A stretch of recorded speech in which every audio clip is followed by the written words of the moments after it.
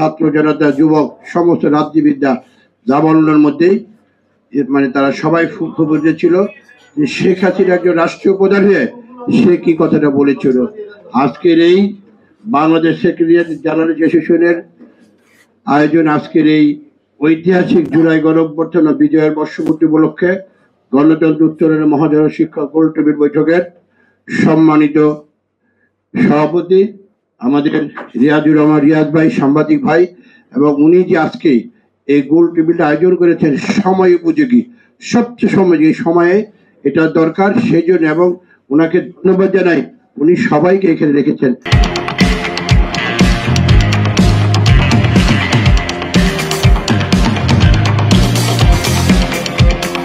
বাংলাদেশ জামাত ইসলামী আছে, এনসিবির ভাইও আছেন এবং আমাদের শ্রমিক দল, সাংবাদিক ভাইরা সবাই আজকে এখানে। আমি সবার বক্তব্য খুব মনোযোগ দিয়ে শুনছিলাম, সবাই সুন্দর সুন্দর কথা বলেছিলেন। আমাদের এই সুন্দর কথাগুলো আমাদের আগামীতে বাস্তবায়ন করা উচিত। বাস্তবায়ন করতে হলে আমাদের একটি জাতীয় নির্বাচন দরকার, সেই জায়গায় আমাদের সবাই একমত হওয়া উচিত। আমরা অনেকেই দেখছি বিভিন্নভাবে বিভিন্ন মতামত, এই মতামত দিয়ে কোনো নেই। আজকে সত্যিকার অর্থে আজকে যারা আন্দোলন সংগ্রাম করে শহীদ হয়েছেন, আজকে একজন শহীদ মার বক্তব্য আমি শুনলাম, এর আগে আমি শুনেছি আমাদের ভারপ্রাপ্ত চেয়ারম্যান তারেক রহমান যেখানে খামার বাড়িতে হয়েছিল, ওই মা বক্তব্য দিয়েছিলেন। আমি তখন আমাদের অ্যাক্টিং চেয়ারম্যান সাহেব উনি ইমোশন হয়ে গিয়েছিলেন, আমরাও তখন যেখানে ছিলাম ওনার বক্তব্য শুনে ইমোশন হয়েছিলাম। কত মা এরকম বুক খালি করেছে। আজকে যাত্রাবাড়ি মোহাম্মদপুরে, যে মোহাম্মদপুরে এক সাংবাদিক ভাই বললো, আমি দেখেছি সেখানে কি অবস্থা সৃষ্টি হয়েছে। আমার সন্তানেরা ছিল, আমার সন্তান দুইজন ইঞ্জিনিয়ার MSc-তে পড়ে, তার যে মারা গিয়েছে ইয়ামিন আমার সন্তানের বন্ধু ছিল। সে তো আমরা তো তখন আমাদেরকে ধরার জন্য দেখিয়াম সারা বাংলা ঢাকা শহরে ধরার জন্য আমাদের লালবাগ বাড়ি, আমাদের বাড়ি ঘর সব করে দিয়েছে, কিন্তু আজকে আমরা এই দ্বিধাবিভক্ত বক্তব্য না দিয়ে আমরা যদি একটি ঐক্যমতে পৌঁছি, আমাদের যেসব শহীদরা শহীদ হয়েছে, যে ভাইরা বোনেরা তাদের এবং সাংবাদিক ভাইরা এবং শ্রমিকরা 200 শ্রমিক এখানে নিহত হয়েছে, 25,000-এর উপরেও পঙ্গুত্ব লাভ করেছে। এই যে এত বড় পৃথিবীর কোনো জায়গায় মনে এত বড় ডিজাস্টার হয়েছে কিনা আমার জানা নেই। শেখ হাসিনা মাত্র 1 মাসের যে জাতিসংঘ যে রিপোর্ট, সেই রিপোর্ট অনুযায়ী 1400 লোককে হত্যা করা হয়েছে, আরো বেশি হবে, আরো বেশি, এটা ডাবল হয়ে যেতে পারে। কিন্তু আজকে এত হত্যা, এত গুম, এত নির্যাতন, বিগত 16 বৎসর বিএনপির উপর যেভাবে নিপীড়ন নির্যাতন চালানো হয়েছে, দেশনেত্রী বীর মুক্তিযোদ্ধা সহধর্মিণী 3 বারের প্রধানমন্ত্রী, যে নাকি আবশ্যের নেত্রী হিসেবে জড়িত ছিলেন, স্বৈরাচারের সাথে আলোচনা করেছিলেন, তাকে বিনা দোষে 8 বৎসর কারাবন্দী রেখেছেন। আমাদের ভারপ্রাপ্ত চেয়ারম্যান তারেক রহমান অন্যায়ভাবে ওনাকে মৃত্যুদণ্ড দেওয়া হয়েছে, সেটা কার্যকরিত হয়নি। মহান রব্বুল আলামিন সেটা দেখেছে যে মিথ্যা কখনো সত্য হয় না। এমনি ভাবে আমাদের মহাসচিব সহ আমাদের অসংখ্য নেতাকর্মীদের 300 সাড়ে যে আলাল ভাই বসে আছে, তার উপরে প্রায় 350, আমাদের উপরে 300 মামলা, খোকন ভাই সহ সবার উপরে মামলা জমা।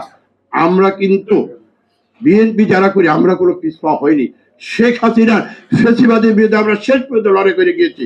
আমাদের জেল জুলুম হুরিয়া আমাদের নেতা ইলিয়াস আলী নির্বাচিত সংসদ সদস্য, নির্বাচিত ছাত্র দলের সেক্রেটারি ছিল, তাকে গুম করা হয়েছে।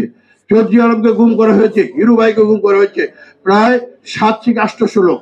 বিএনপি কিন্তু পিছপা হয়নি। আমাদের সকাল হলে আমাদের নেতা, আমাদের এক ভাই হাবিবুর রহমান, উনি কথাটা খুব সুন্দর করে বলতেন, যে সকাল হয়ে বাচ্চারা পিছনে ব্যাগ নিয়ে যায় স্কুলে, আর আমরা সবাই সকালে স্কুলে যেতাম। যদি 8টা 10টা মামলা আমাদের ছিল, একটু মামলা এদিক ওদিক হয়েছে। একদিন একটা ছোট্ট ঘটনা বলি, এক বাচ্চা একটা ম্যাজিস্ট্রেট সাহেব, আমি হাবিবুর স্যার বসে আছে, আমার দেরি হয়েছে, আমাদেরকে ডাকছে, আমাদের 1 ঘন্টা লকআপের মধ্যে ওই দাঁড়িয়েছিল। আমাদের উপর অকাল নির্যাতন কাকে বলে, তারপরে কিন্তু আমরা পিছপা হইনি। বিএনপি সবসময় রাজনীতি ছিল। আরে ভাই, আপনি যারা ছাত্র তাদের তো আন্দোলনের সঙ্গে আমরা অস্বীকার করি না। আমারও 2 সন্তান ছিল, আমি তো বললাম আমার 2 সন্তান, তারাও রাজনীতি ছিল, তারাও আন্দোলন সরকার, তারা দেখেছে তাদের পিতা, তাদের পরিবার পরিজন, আমাদের সবাই কিভাবে অত্যাচার জুলুম আওয়ামী লীগ করেছে। তারা তো সেটা বসে থাকে নাই, ছোট ছোট মাত্র তারা আজকে ইউনিভার্সিটি থেকে শেষ হয়ে গিয়েছে। কিন্তু আজকে কেউ যদি বলে যে আমরা এটা করেছি সেটা করেছি, আরে এটা তো সঠিক না। সবাই আমরা দেশটাকে সামনে দিকে করি। সে এই যে একটা সুন্দর কথা বলেছে ভাই, যে এই আইনটা যে মুখে মুখে থাকবে, হ্যাঁ ঠিক কথা বলেছে। এই যে ডাকসু খাইরুল খোকন ভাই আছেন, আমরা ছিলাম তখন 90 রাষ্ট্র আন্দোলন সংগ্রাম করেছি এই প্রেস ক্লাবে, ঐতিহাসিক প্রেস ক্লাব, এটা সাক্ষী, জনযন্ত্র সাক্ষী। বেগম খালেদা যেখানে ছিল আমরা এখানে আন্দোলন আমরা তো কোনো করিনি। এটা কাগজ কলমে মুখে মুখে থাকবে, আসলে সেটা বাস্তবায়ন হবে না। সেটা বাস্তবায়ন করতে হলে একটি নির্বাচিত সংসদ দরকার। একটি নির্বাচিত সঙ্গে আমাদের মেজর হাফিজ ভাইকে আমি ধন্যবাদ জানাই, উনি নেই, উনি একটা সুন্দর কথা বলেছে, পৃথিবীর কোনো ইতিহাসে নাই এতদিন একটা সরকার এতদিন থাকে, একটা অনির্বাচিত সরকার।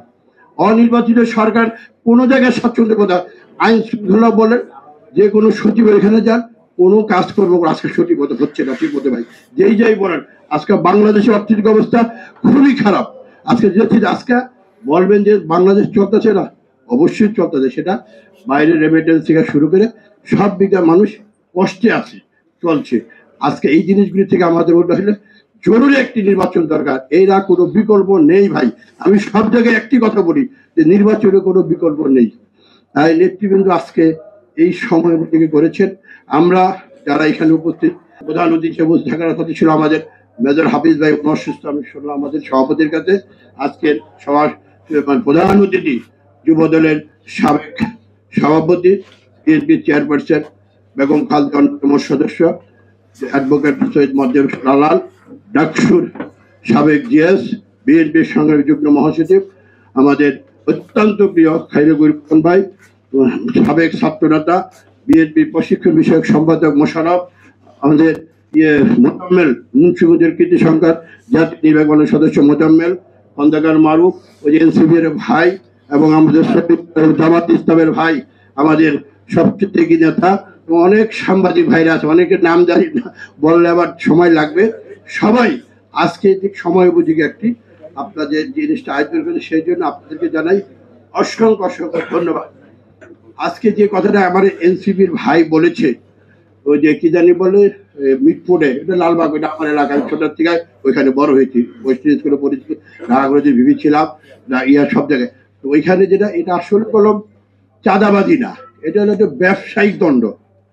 ব্যবসায়িক দণ্ড হয়েছে, সেটাকে চাঁদাবাজি রূপ দেওয়ার কোনো প্রয়োজন নাই।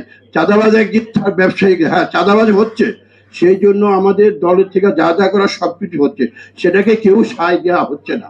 আমরা এই সমাজটাকে, আমরা এই দেশটাকে সামনের দিকে নিয়ে যাব, এটাই আমাদের লক্ষ্য হওয়া উচিত। এখানে সবাই জ্ঞানী গুণী লোক, সব সাংবাদিক ভাইরা আছেন, সবাই আজকে আন্দোলন সংগ্রামের জন্য সেই সময় জুড়ে সবাই প্রাণ দিয়েছেন, অনেক সাংবাদিক ভাইরা প্রাণ দিয়েছেন, অনেক তাদের জীবন দিয়েছেন, তারপরেও কারো কোনো অস্বীকার নাই।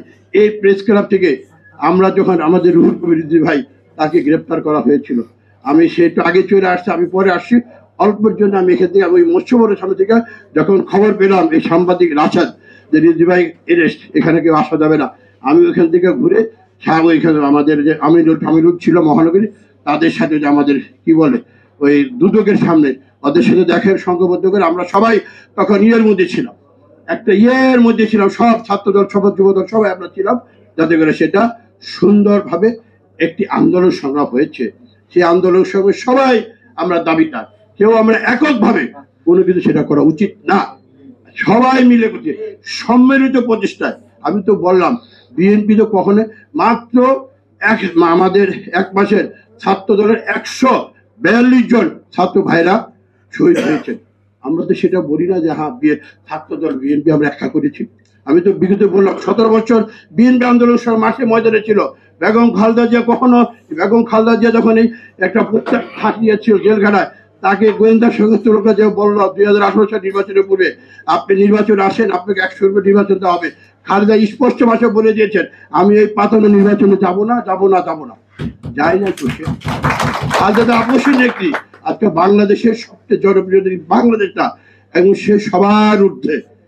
আজকে বিএনপি আমরা যারা করি, আমরা চাই দেশটাকে একটি সামনের দিকে নিয়ে যাক, সবাই মিলে সবার সম্মিলিত প্রচেষ্টায় আমরা সামনের দিকে একটি নির্বাচন অবশ্যই দরকার।